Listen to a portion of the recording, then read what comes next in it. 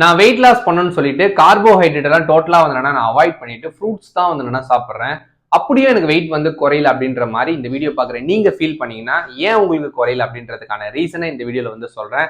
அதுக்கு முன்னாடி நீங்க யாருன்னா என்னோட 30 days வெயிட் லாஸ் சேலஞ்சை வந்து ஜாயின் பண்ணி வெயிட் லாஸ் பண்ணணும் அப்படின்னு நினைச்சீங்கன்னா தாராளமா என்ன கான்டாக்ட் பண்ணி ஜாயின் பண்ணிக்கோங்க. அதே மாதிரி இந்த மாதிரி நிறைய யூஸ்ஃபுல் வீடியோஸ் நீங்க பார்க்கணும்னு நினைச்சீங்கன்னா மறக்காம என்ன ஃபாலோ பண்ணிக்கோங்க. ஃப்ரூட்ஸ்ல இருக்க சுகர் வந்து நல்லது, வெயிட் லாஸ் பண்றவங்க தாராளமா எவ்வளவு வேணாலும் சாப்பிடலாம், எதுவுமே வந்து பண்ணாது அப்படின்ற மாதிரி நீங்க தப்பா நினைச்சிட்டு இருந்தீங்கன்னா அதுதான் உங்களோட வெயிட் வந்து குறைக்க விடாம பண்ணுது. இப்போ நீங்க ஒரு ஒயிட் ரைஸ் வந்து கன்சியூம் பண்றீங்க, அதுல ஃபைபர் கண்டென்ட் வந்து கம்மியா இருக்கு அப்படின்றதுனால ஈஸியா வந்து சுகர் லெவல் வந்து ரைஸ் ஆயிடும். ஆனா நீங்க ஃப்ரூட்ஸ் வந்து கன்சியூம் பண்ணும்போது அதுல ஃபைபர் கண்டென்ட் நிறைய இருக்கு அப்படின்றதுனால அந்த அளவுக்கு குயிக்கா வந்து பிளட் சுகர் லெவல் வந்து இன்க்ரீஸ் ஆகாது. இந்த இடத்துல ஒரு பாயிண்ட் வந்து நோட் பண்ணிக்கோங்க, சுகர் குயிக்கா தான் இன்க்ரீஸ் ஆகாது, ஆனா இன்க்ரீஸ் கண்டிப்பா வந்து ஆகும். அப்ப கம்ப்ளீட்டா வந்து கார்போஹைட்ரேட் அவாய்ட் பண்ணிட்டு ஃப்ரூட்ஸ் என்னதான் நீங்க வந்து கன்சியூம் பண்ணாலும் உங்க உடம்புக்கு தேவையான அளவு